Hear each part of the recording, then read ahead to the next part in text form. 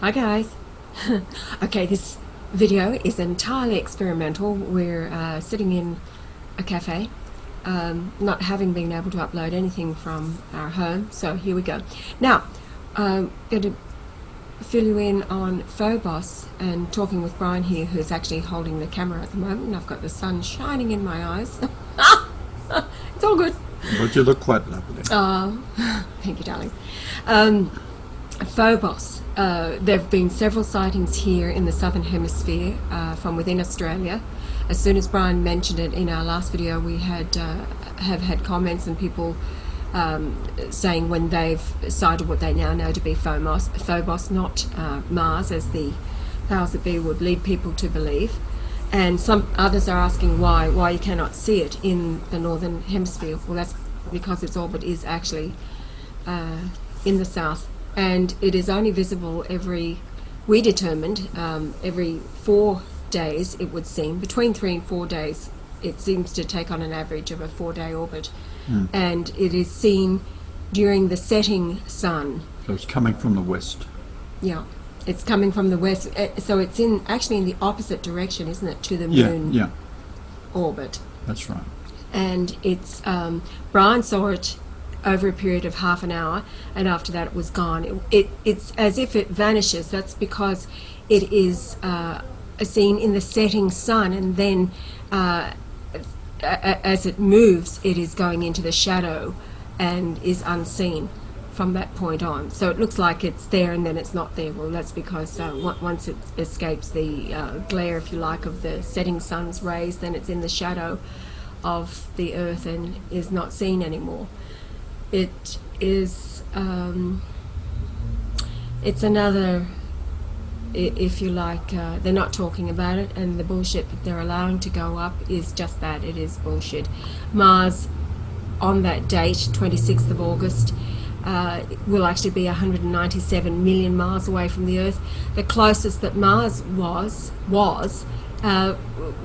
in the same date in the year 2003, and it was at that point it was 0.378 astronomical units from the 373. 373, sorry. So 45 million. Or 35 million. 35 million miles. 35 million miles away at that point in time. So they're trying to deceive the population again. If the inhabitants of the Earth knew that this was Phobos that has escaped the orbit of Mars and is in a decaying orbit around the Earth. A decaying orbit means it's getting closer and closer to the Earth. It is not maintaining its orbit and staying in place. It is decaying, so it's losing altitude. It's getting closer and closer to the Earth. And the word Phobos in Greek means fear and terror. And the measurements and everything about the moon that Brian has unfolded, the stars are painting the picture. It's on a straight course for the Earth. So it... we can knock it out with the sun's flare, so it's not a real problem. It isn't a problem for Yahweh. Of course, the sun in the heavens is Yahweh's domain. And just like the potential disaster over the Gulf with HAARP trying to create an earthquake against the gas bubble, it was knocked out by solar flares. And Brian actually knew that all along. I didn't. So as I'm going, oh my God, because I'm thinking about all of you and yelling and screaming, you know, to get out of there, Brian was quite calm through the whole thing. He doesn't tell me everything because he likes to keep things close to his chest and not let the enemy know what he, as God, has up his sleeve. However, he wants you to know that with Phobos coming in, the same thing. The solar flare can knock it out, no problem. It can be sent wherever we want it. It can be landed, can it not? It can be landed. We were actually contemplating where we'd like to have it land. This is a huge rock, 22 kilometres long, 18 kilometres thick, and how many? It's something like 22 by 18 by 12 or something, isn't it? Yeah, the size of a rock. It's not round. It's quite an odd, elongated egg shape. Probably looks rather like it. I was going to say. But you dare say it. What? Don't I dare say it? A giant turd? No. I'm thinking about about the big potato at Robertson, where I rented a house. At Robertson in New South Wales, they have this big potato. It looks like a giant turd. Well, with that, anyway, those of you who know that Yahweh is here, don't worry. As fear and terror is good in the population, because then they all start getting over themselves and start looking for answers as they realise that the God they've been praying to isn't listening to them. It's not working because they've... and now this thing was brought to the Earth. Let's see if I get my here. Yeah. By NASA. They went out there and placed a giant manoeuvrable rocket that you place against the surface. They had formerly landed on an asteroid and tried the same thing, so that was their test run.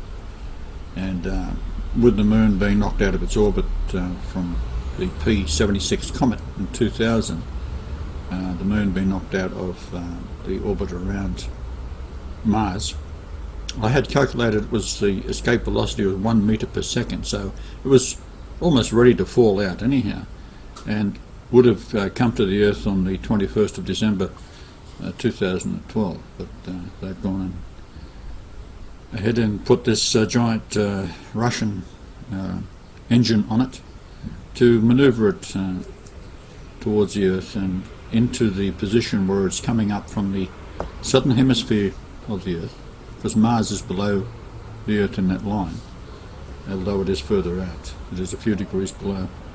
So they brought it in, so that's why it's going around in the opposite direction that you would think it would be running if it was natural. So they brought it in so that it's coming up out of the western sky. It makes it very, very slow, because that is the direction that the Earth is rotating in. So you're losing 1,040 miles per hour at that point in time. So the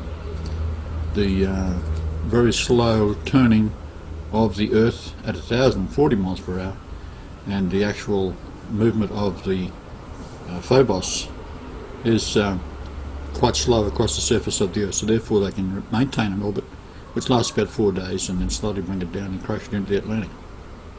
That's what they're up to, because they're not going to get away with it. We've already made arrangements about that. So, with that... I just wanted to say something. Really? Well, with the way that the sun is on half your face there. Oh, right. Actually, looks like the face of a Shroud of Turin. Oh, thank you. All right, we'll see you next bit, guys. See how this one goes. Bye.